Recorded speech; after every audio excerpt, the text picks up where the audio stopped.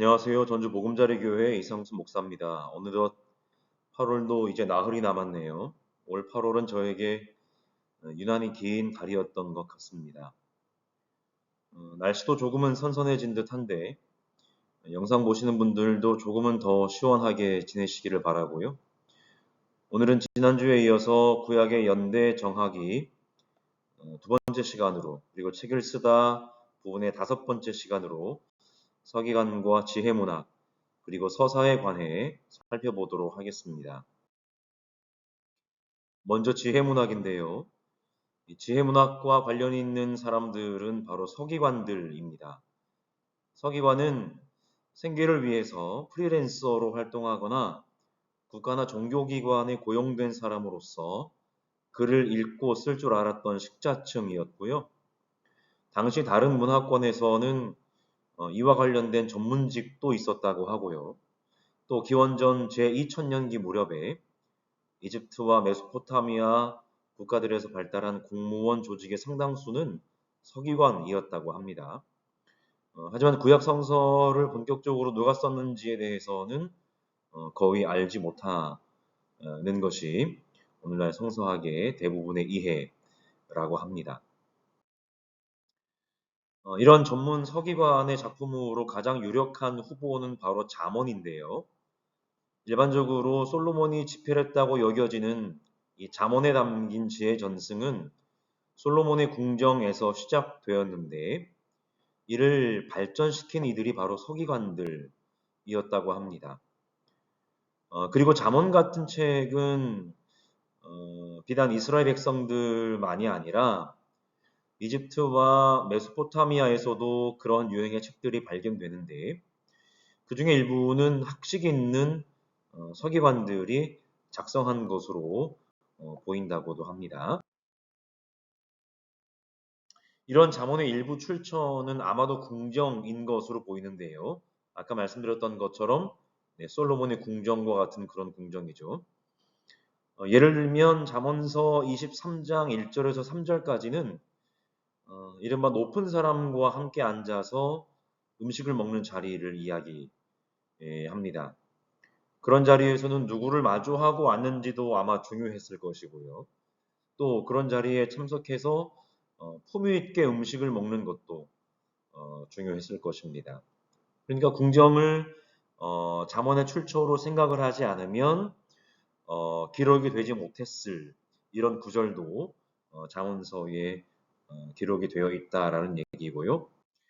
또 한편으로는 잠언은 평민들의 지혜를 담고 있기도 한데 밭을 가는 농부의 입장에서 열심히 밭을 가는 사람에게는 먹을 것이 넉넉하겠지만 헛된 것을 꿈꾸는 사람은 지각이 없다라고 잠언서 12장 10절과 11절은 얘기하는데 여기서 지각이 없다는 것은 아마도 궁핍함을 느끼는 것을 뜻할 텐데 잠언서 28장 19절 후반부는 이렇게 얘기합니다. 헛된 것을 꿈꾸는 사람은 찌들게 가난하다 라고 얘기를 하죠.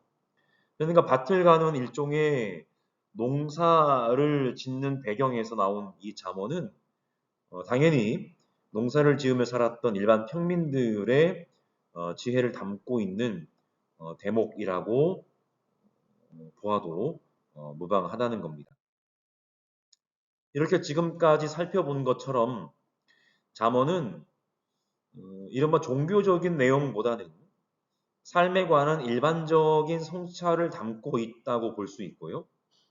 그래서 고전 히브리어를 썼던 거의 모든 시기가 잠언의 집필 및 수집 연대가 될 수 있다라는 거죠.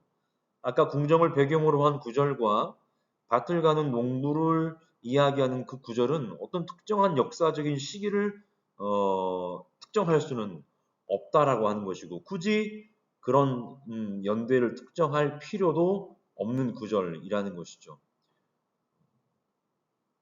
이것은 곧 본질적으로 잠언이 생성된 특정 연대를 정확히 알 수가 없다는 것도 되고 말씀드렸던 것처럼 굳이 특정 연대를 몰라도 그 구절들을 해석하고 이해하는데 아무런 어려움이 없다라는 것이죠. 또 잠언서도 예언서만큼 많은 판본을 거쳤을 가능성이 있다는 것은 말씀드렸던 것처럼 슬라이드에 보이는 것처럼 기원전 1100년부터 300년에 이르기까지 거의 800년가량의 시간이 그 배경으로 이야기될 수도 있기 때문에 그 시간 동안에 많은 판본을 거쳤을 가능성은 충분히 있다고 할 수 있겠죠. 따라서 잠언은 일반적인 의미에서의 저자는 없지만 다양한 출처에서 얻을 수 있었던 그런 지혜의 말씀들을 전문 서기관들이 수집해서 편찬한 책이라고 할 수가 있다는 겁니다. 다음으로는 서사인데요.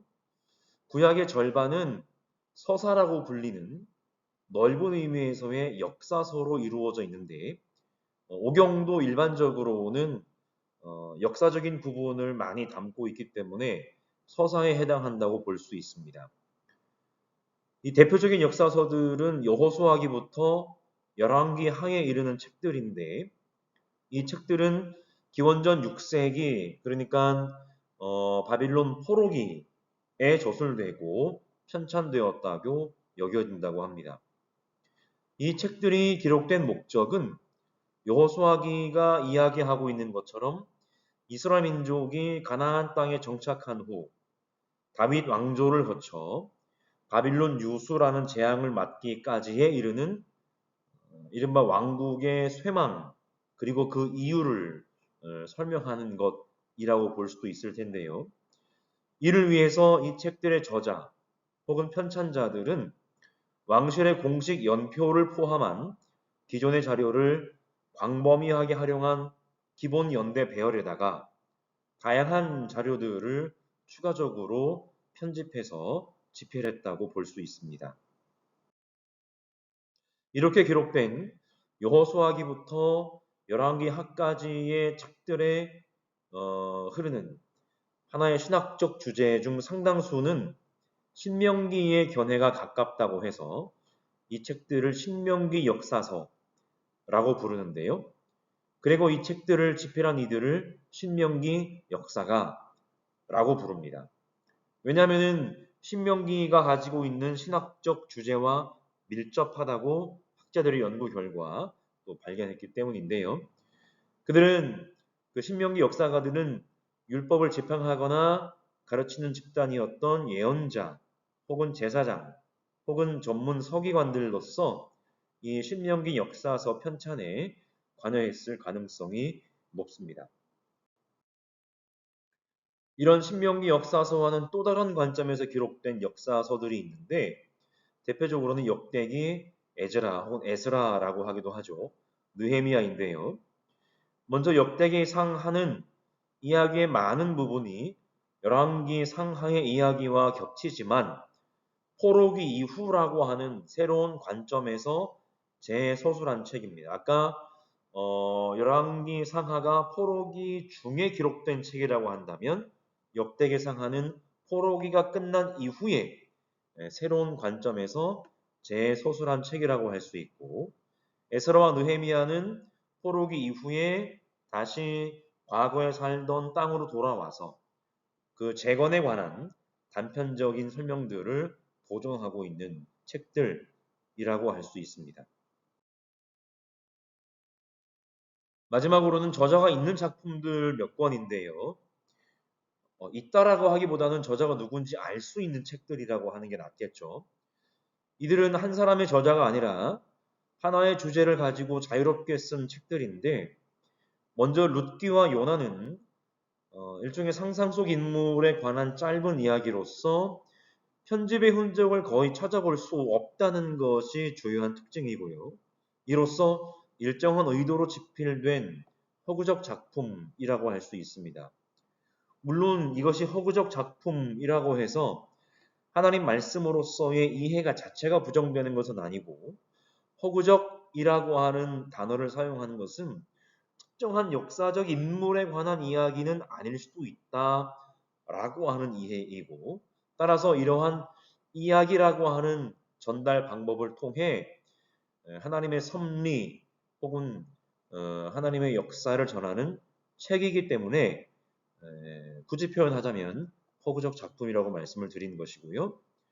또 전도서는 설교자로도 이해할 수 있는 코헬렛이라고 하는 이해 저작이라고 볼 수 있고, 욥기는 산문으로 된 서막과 결말 부분이 있고 그 가운데 운문으로 된 부분이 있는데 그 두 부분이 서로 다른 저자의 작품으로 간주되기도 하지만 어쨌든 중간 부분의 대화 그 자체는 한 명의 창의적 저자의 작품으로 이해할 수가 있다라고 이해를 하시면 되겠습니다.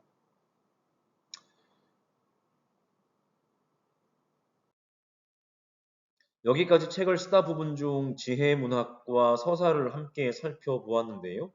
혹시 중간중간에 조금은 거슬리는 표현이 있으셨을 텐데 그런 부분들은 널리 양해해 주시고 이해해 주셨으면 감사하겠고요. 이제는 조금 더 가을을 기대해도 되는 때인 것 같습니다.